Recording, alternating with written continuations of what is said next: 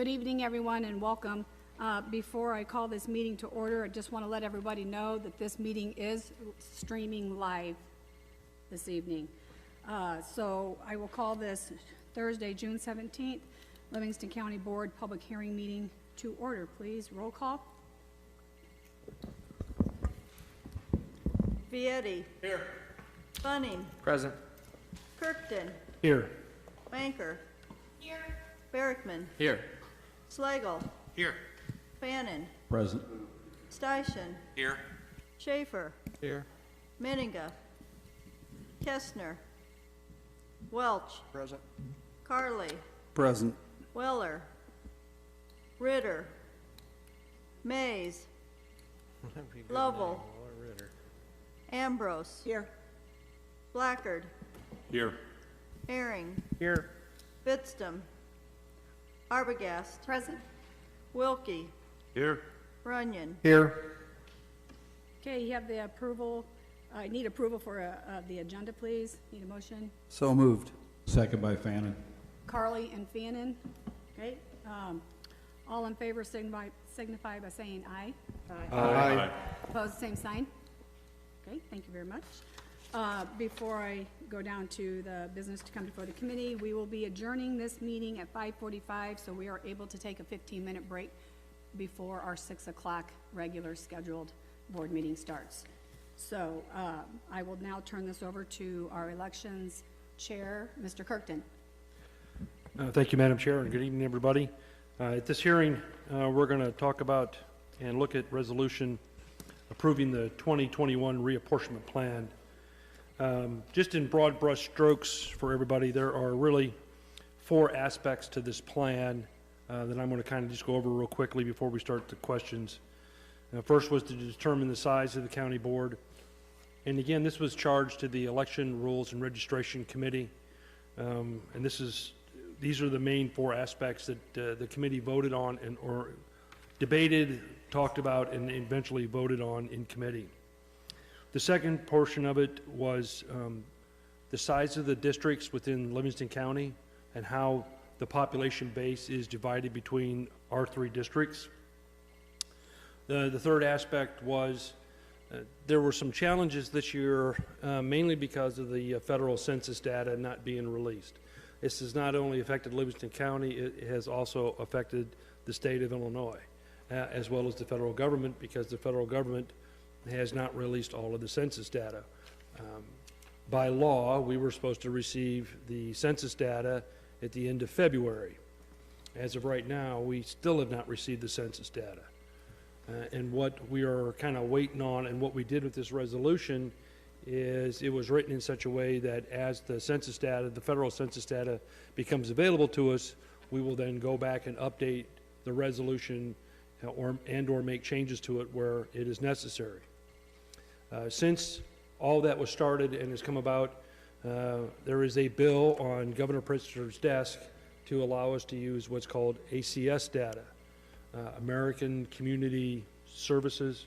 I think is what ACS stands for, right, Alina? Yeah, American Community Survey, which gives also some data numbers. The difference between the federal government's census data and the ACS data is one is done by the federal government, and by law, that's what we're supposed to use. However, the governor signed a bill to allow us to use ACS data to help us make some decisions and move forward on reapportionment, both at the county level and at the state level. And then finally, the fourth aspect was, as we come up with the reapportionment plan from the committee, and before we take it to the board, which is tonight, we wanted to hold a public hearing to give our constituents and the residents of Livingston County an opportunity to ask us questions about the reapportionment plan and ask questions of the committee as to why we did something or why we didn't do something. So those are the 4 main aspects to our reapportionment plan. Madam Chair? And you talked about the ordinance, correct? I'm The sorry? ordinance you talked about? Yes. A and B? Okay. Okay, before we go into public comment, we will be limiting comments to 3 minutes per person. We don't have a whole lot here, so We'll just go by year, I guess. So, now we'll move down to public comment.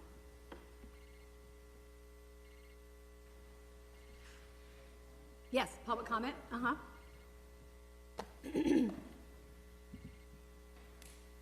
And if you could please state your name too, please, and where you're from. Good afternoon. My name is Tom Ambrose. I reside in Belle Prairie Township, south of Fairbury, Illinois. I was, I guess became aware of this reapportionment proposal a week or so ago, probably.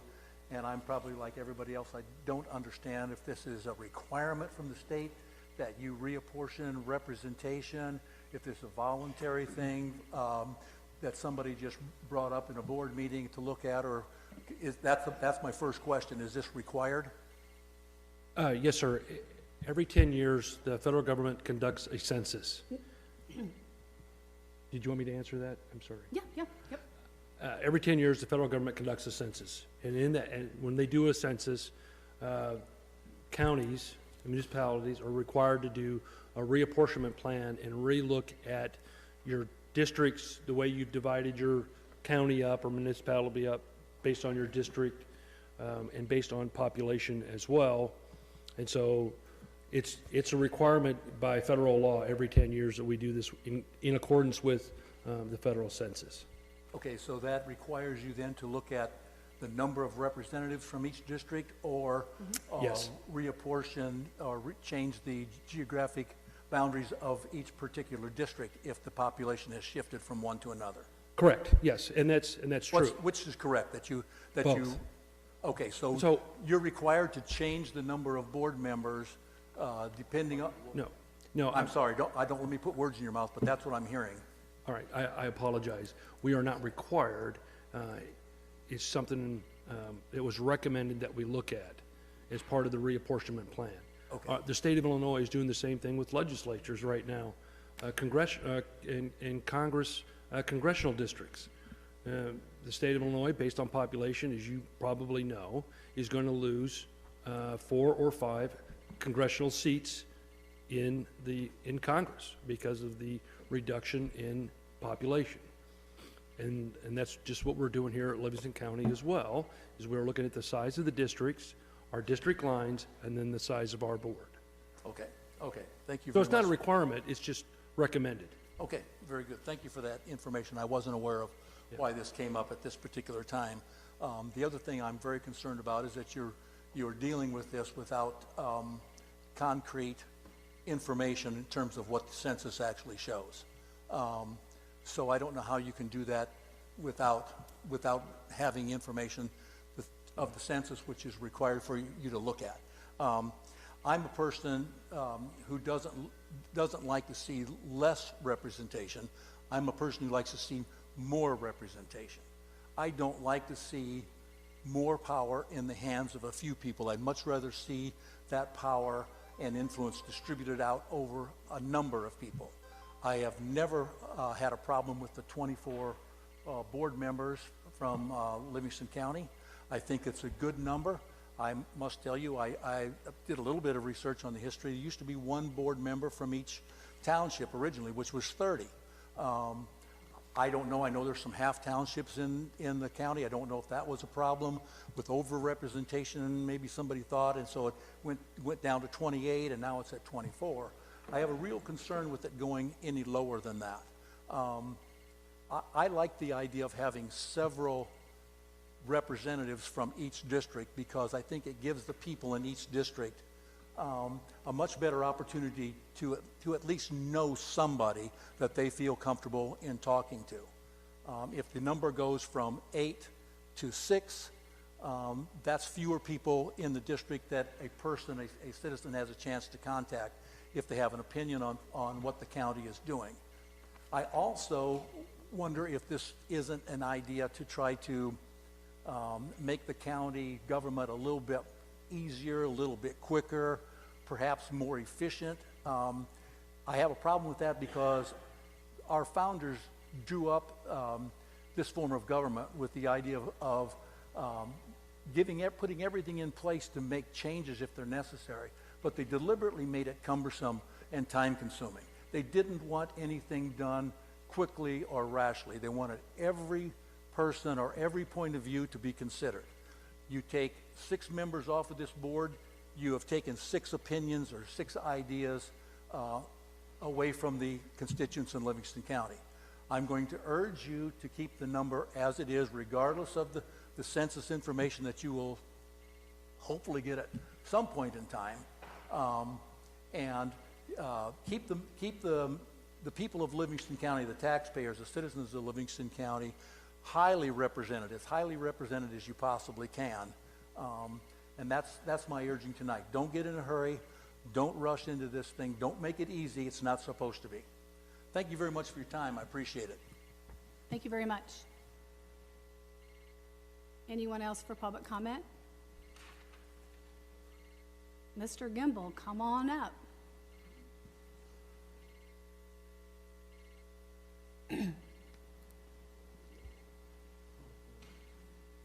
I'm John Gimbel, in District 3 out there in Belprairie Township. I put 14 years in here with the decision-making that you people are doing, and I would echo my neighbor Tom's sentiments. I don't like to see the number of board members that we have representing us reduced anymore. I don't know why you would want to reduce it. If you wanted to reduce it to save a little money on a per diem, that's infinitesimal in the grand scheme here, the amount of money that you run on an annual budget. If you want a board that's easier to control, it's easier to control by who and why do they want to control it. And if you're looking at more efficient government, then you probably need to look at communism. There you don't have to make any decisions at all. They're made for you by a bureaucrat or dictator, and if you don't like it, they'll cut your head off and you can do with the rest of it. But I don't like to see you reduce our representation any more than it is, and I can assure you that I went through this redistricting thing in 2001, and there were several opinions on how this county needed to be split up at that point in time. You probably got your work cut out for you there. Thank you. Thank you, John. Anyone else?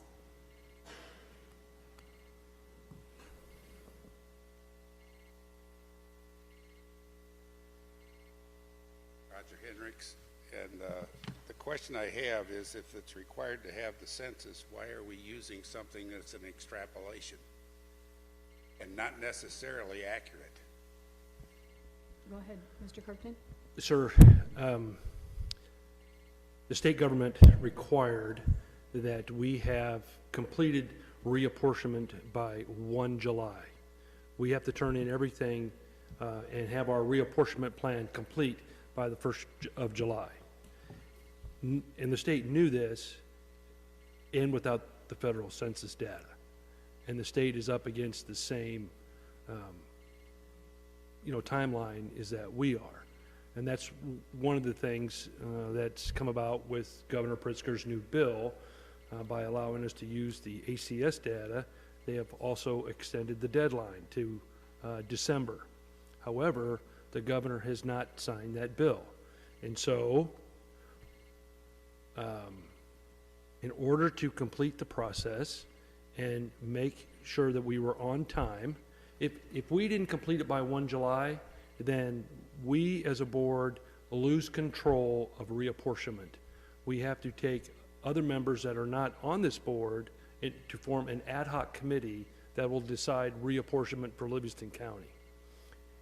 My thought, and the committee's thought, was it is better that we decide and talk to our constituents and decide reapportionment and make the deadline and use the best data that we have available, which, quite frankly, I will admit, is the 2010 census data as well as ACS data. We used them both in helping us to make our decisions. The size of the board was not determined by the census data. The census data was used specifically and was looked at in conjunction with our 3 districts. We have District 1 in the center, which is Pontiac and Rooks Creek. District 2, which is the northern part of the county, and District 3, my district, which is the southern part. The ladies and gentlemen that developed that 10 to 20 years ago, those 3 districts, I think, did a pretty good job and got it right. And so based on the census data and our loss in population, which for the county is a little over 6,000 people plus have left this county in the last 10 years.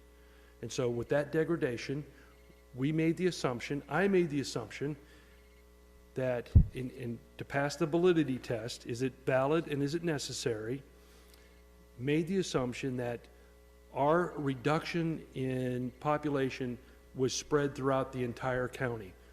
Dwight being the main center in District 1, Fairbury, Chatsworth being the largest urban centers in District 3, and then Pontiac in District 1 being the largest urban areas.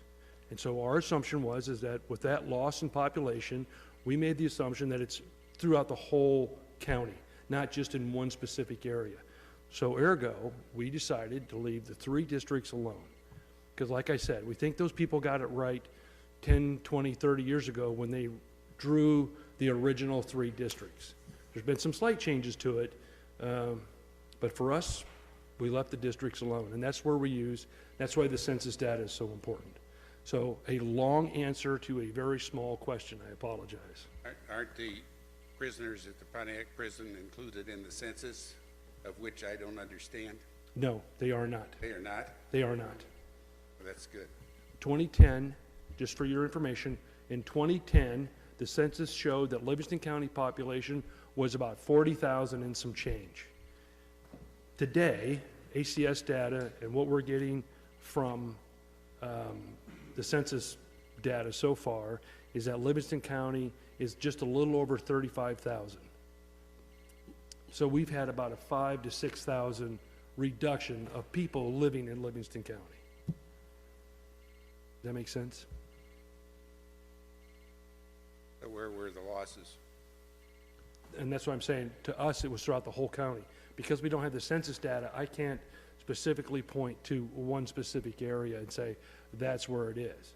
I mean, Dwight has lost some major manufacturing up in that area, up in the second district.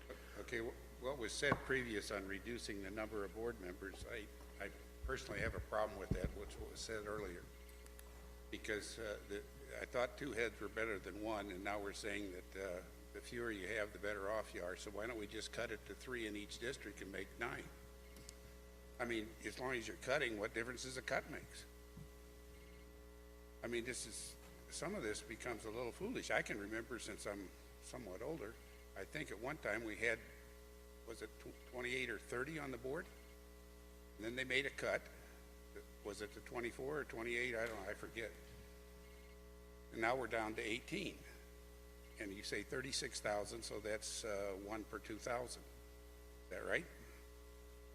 That's actually correct. Actually, with the reduction on board, each member probably represents about 1,500 people. So related to all of this, we're cutting the board, but the so-called bureaucrats or county employees, are they being cut too because there's fewer people they have to serve?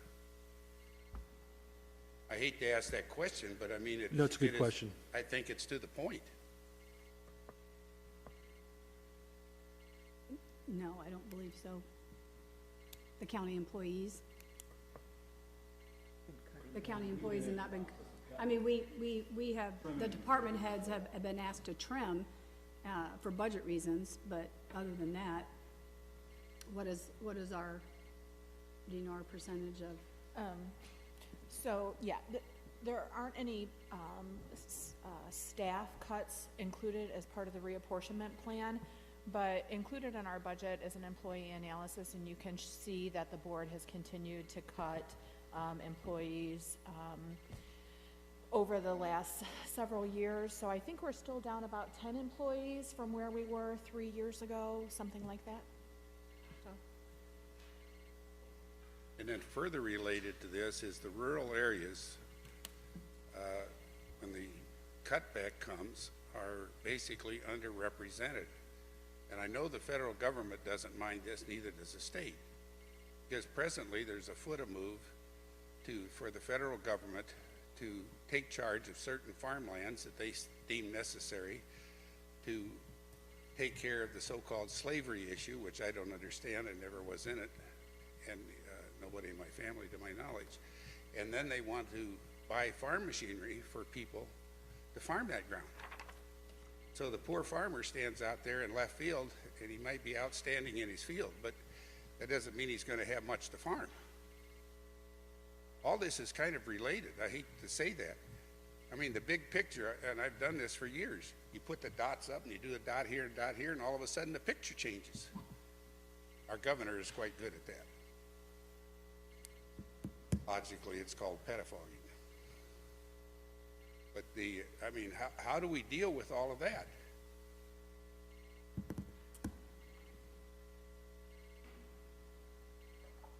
Not sure.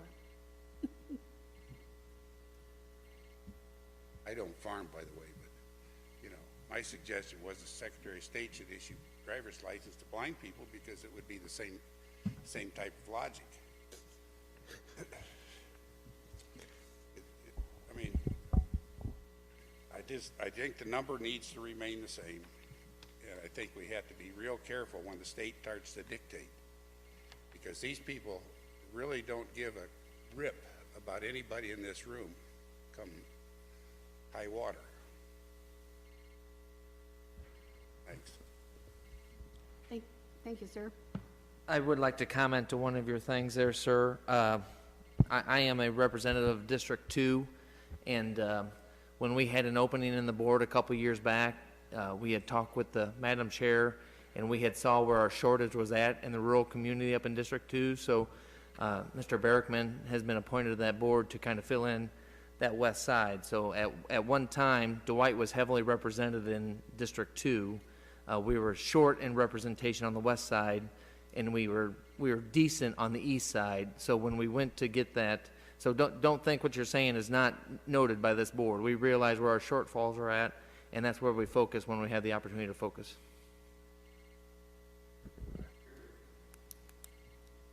Thank you, Jason.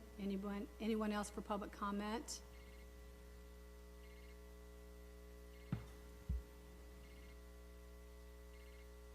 Rebecca Fair, Indian Grove Township, west of Fairbury. As I read the Elections Committee meeting minutes for the past several months, I have read where the number 18 came. I have not read where the number 18 came from when discussing the possible reduction in the county board members. When changing the number of representatives, I would hope that there was initial reason in doing so, and I looked several times for a discussion using a reasonable method to determine how many board members were being proposed. However, I never did find that.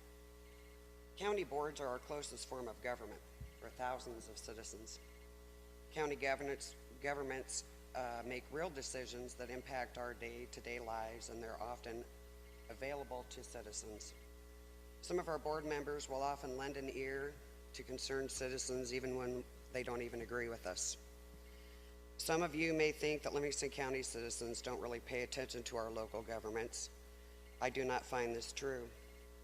Especially in the area of the county where I live, as a precinct committeeman, I field questions weekly and sometimes daily from the constituents about county board business. I've identified 6 reasons why people pay more attention to our local governments, and that is local politics affect our everyday lives. The folks elected to local positions in our counties act as our first line of government. They're the most accessible part of our government to the average citizen. They are the faces that you can actually talk to regarding any issues in your county. County boards work hard to make their communities a better place. Number 3, the participation in local politics can prevent tyranny.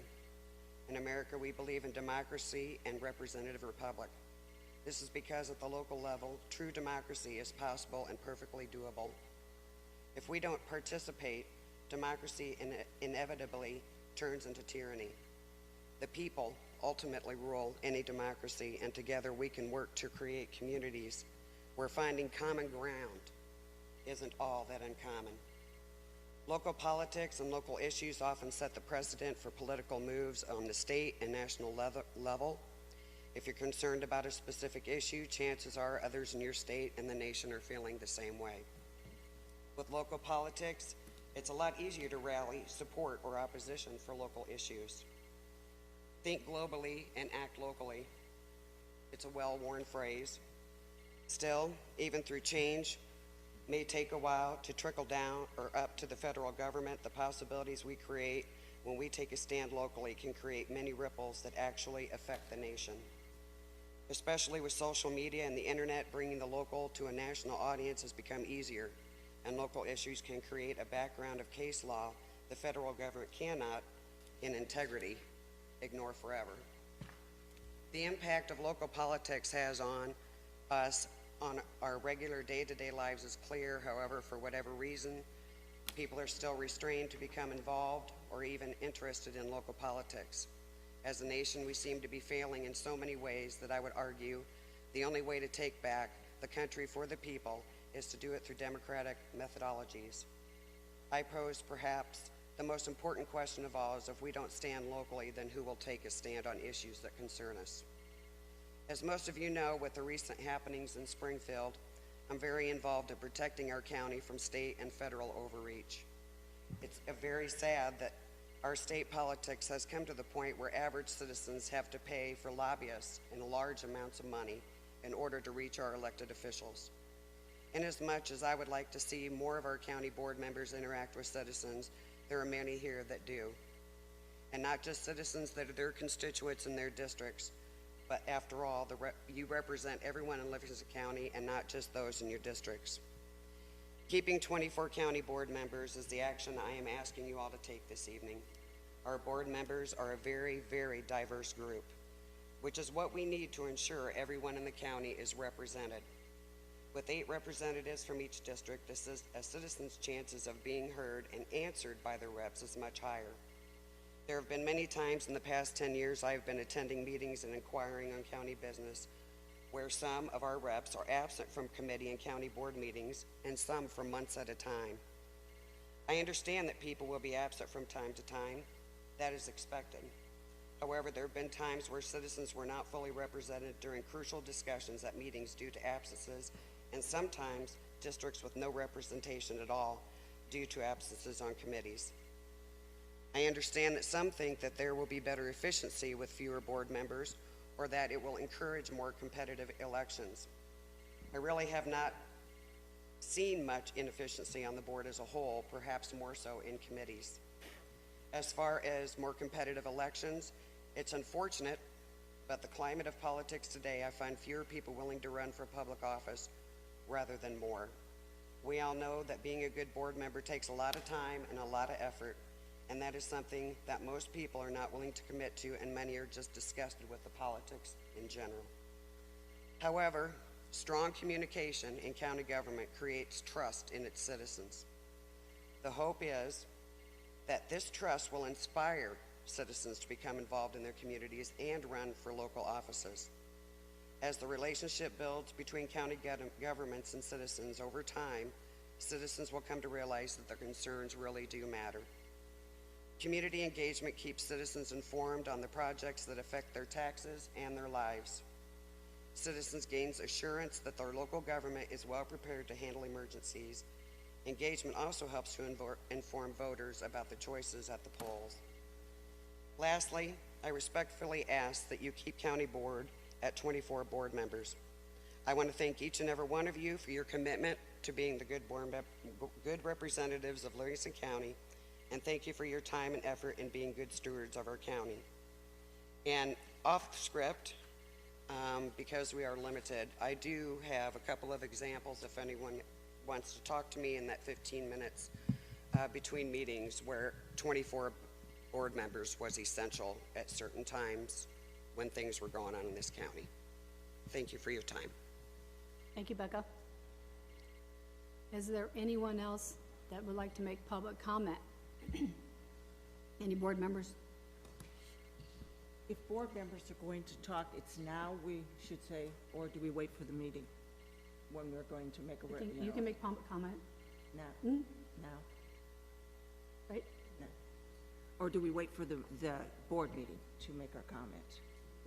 Linda, if you want to make a public comment, you can do that now, but you'll have discussion during the regular meeting. That's Right. where you really want to have your Yeah, debate it's just a portion. comment, no discussion. But if Okay, you so just that's want to what make a we- public comment, that- that's fine.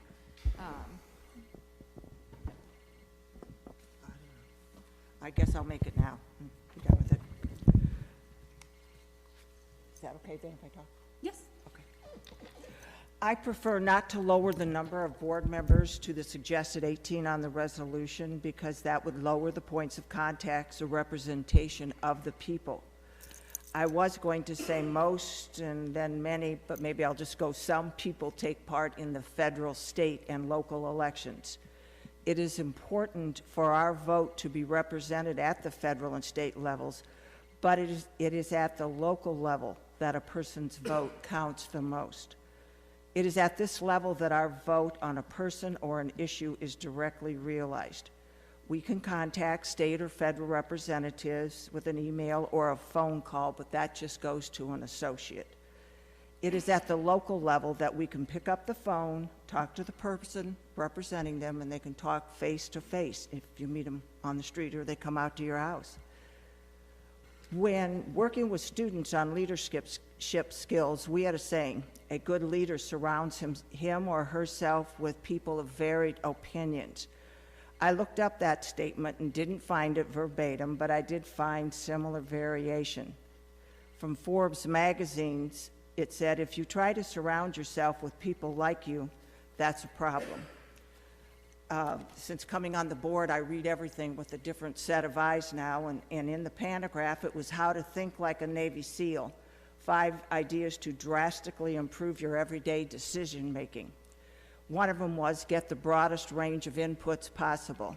You can't make decisions alone. You need people around you with the broadest range of experiences possible so that your blind spots are covered. This is where diversity truly pays off.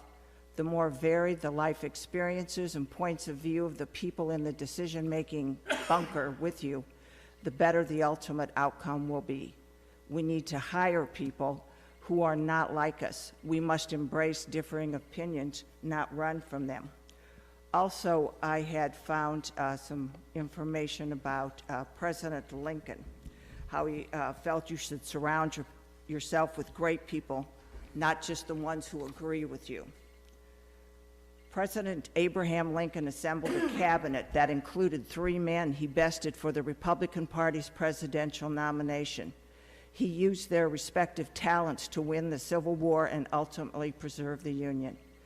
It is unusual for someone to surround himself with rivals and former opponents when putting together a team, especially a politician. Typically, a politician wants to keep his rivals out of the spotlight, and naming them to key cabinet positions isn't the best way to do that. So what was Lincoln's motivation? Maybe he just wanted to surround himself with the best people to create the strongest possible team. Most executives aren't as secure and savvy as Lincoln. For example, an executive gets promoted to the top spot, and the first thing he wants to do is banish his rivals from key roles and possibly even the company. Hiding behind the guise of assembling his own team, the executive's rivals for the top spot suddenly are in a company outpost on the equivalent of Siberia, or find themselves being asked to quietly leave. Lincoln chose to surround himself with the strongest people, despite 3 of them opposing his nomination for the president. He asked political rivals, all with views different than his own on certain topics, to join him for the good of the nation. All too often, managers looking to build a team select people who think and act the same way they do. When they interview candidates, they ask questions to determine whether the potential hire would handle a specific situation the same way they would. That is a huge mistake. I believe better decisions for the county are made when we hear from people elected from all parts of the county. If we cut our number of elected members by 25% by going to 18 members, we have lost the input of some of our constituents. Is it sometimes messy, frustrating, or not as efficient? Yes. But when the discussion is over, we should have come to the best outcome for the people of Livingston County. A recent example that comes to mind is the construction of the H&E building. It didn't go as smoothly as some would have liked, but I believe in the end, we have a building that's in the best spot, a better design that board members, the staff, and hopefully the community are happy with. In the Elections Committee meeting, Mr. Kirkton said his father gave him some advice. Don't ever give up representation. I believe that's good advice. I hope we can do what federal and state elected representatives can't do. I hope we can come to an agreement or a compromise that best represents the people's needs and wishes, not our own. Thank you. Thank you, Linda. Mr. Station? Thank you, Madam Chairman. I'd just like to thank the citizens that actually showed up tonight and make some public comment. 4 people out of 35,000 is not a great number, but it's also especially nice to see Mr. Gimbel here, a past board member who has taken a part. And just remember, John, like you told me 11 years ago, keep it simple. Sledgehammers, stick welders, and single-action revolvers. Thank you, Madam Chairman. Thank you. Anyone else have any comments? If I may, Madam Chair. Yes. I understand. I also would like to thank all the citizens that did come for the hearing and made their voices heard. You have some valid points, and actually, most of us that want to reduce are not actually opposite of you. For me, it wasn't about making things more efficient. It definitely wasn't about the population, and it wasn't about the most of the other things that are mentioned. The thing that stuck with me is the competition, the accountability, and the fact that reducing from 24 to 18 means your vote is not watered down near as much. When you're looking at a board where the vast majority of the people on the board either ran unopposed or were appointed, and their first election they ran as an incumbent, that is too easy to be controlled by outside forces or even inside forces. Not saying that that is what's happened. I'm just saying that that makes it too easy a step. So in the name of accountability, in the name of making that representation more accountable to the people, I actually agree with reducing it down to 18 so that when it comes election time, I have to go out and actually earn that vote. Thank you. Thank you, Jim. Anyone? Mark? Yeah, I don't really have a comment, but I do have a couple questions that I asked Mike or Kathy, or I see our attorneys in the back of the room. It's my understanding that by state law, we have to have this done by July 1st, unless the governor were to sign that bill, which we don't know if he's going to sign it or not. Correct. Okay. The bill went to his desk 2 days ago, and he hasn't done anything with it. So if he does not sign it, we have to do it by July 1st, or we lose control. Who do we lose control to? It is an ad hoc committee established by Christie.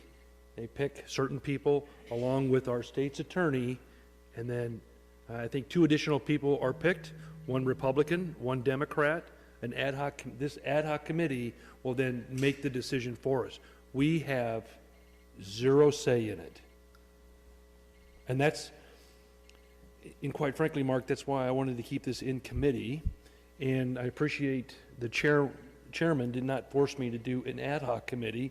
We kept it in the committee so that it was all our debates and all our discussions, right, Seth, were all public. There was nothing, we were as transparent as we could be. So if we don't do it tonight, or by July 1st, and the governor doesn't sign that bill to give us the extension, it goes to this committee, and this committee can do whatever they want to. They could cut the board down to 3 if they wanted to, correct?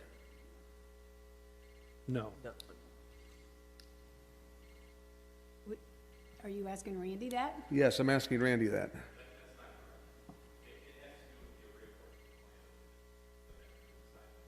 Oh, okay. Strictly population.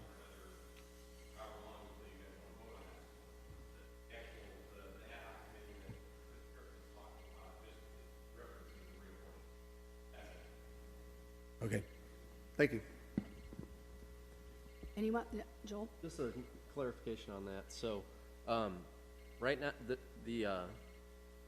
what we're voting on is, in the next meeting, will be whether to reduce the board to 18, correct? Now, it's not, if we vote that down, we're not voting for 24, right? We're not doing anything, and then it's gonna fall into this, ad hoc committee, correct? No, not, No, go ahead. we will actually be voting on 4 aspects of the reapportionment plan. Remember, it's a plan. Reduction in size of the board is one aspect of it. Okay. We also, as a committee, worked on pay and per diem. Done separately. I'm sorry? Will be voted on separately. No. As I understand it, what Aline has told me is we are going to vote on it as a plan. Correct? So, per diem is in there, our pay is in there, the pay of the chairman and the per diem of the chairman is also part of that reapportionment plan. Those are the 4 aspects we are voting on tonight. And just for the people in the room, the public, the committee has decided, or making the recommendation to the board, is that there will be no increase in pay for board members. Our per diem our mileage rate, the per diem will stay with the federal rate. There was no increase for the chairman of the board, and the chairman of the board's mileage will also be in conjunction with the per diem. The pay for board members was decided, Mr. Gimbel, I think you were on that committee that voted on that, or decided then, 20 years ago. It has not changed. And so tonight, if you vote on the reapportionment plan, it'll stay the same for another 10 years.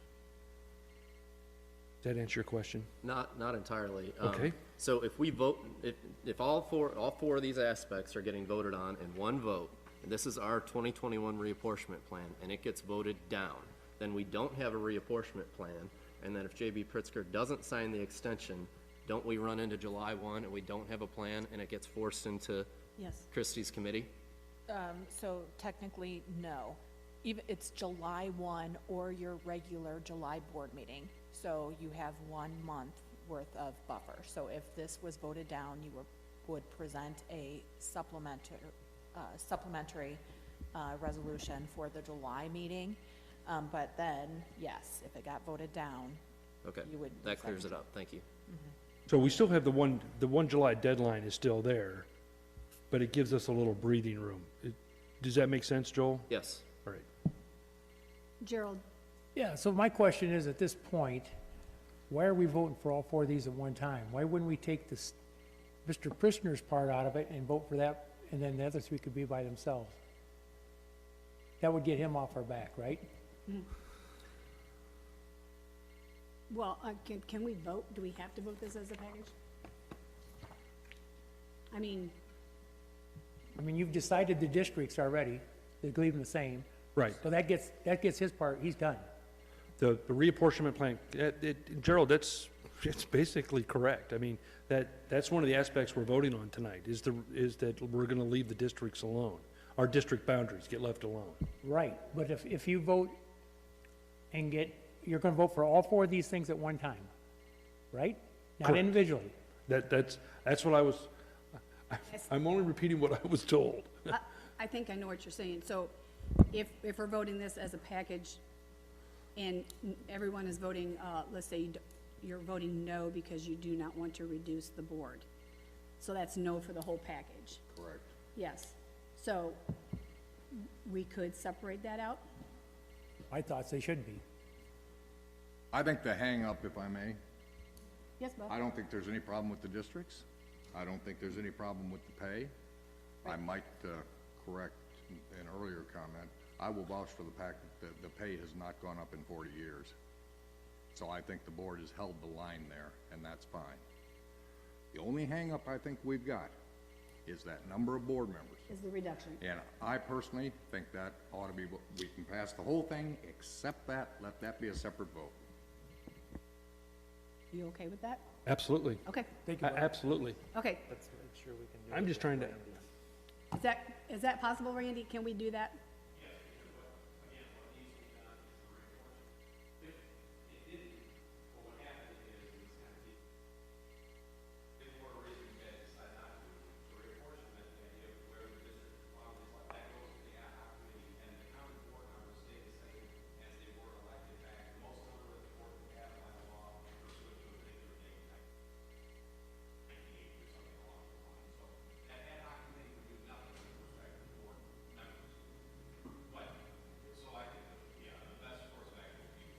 Separated, okay, thank you.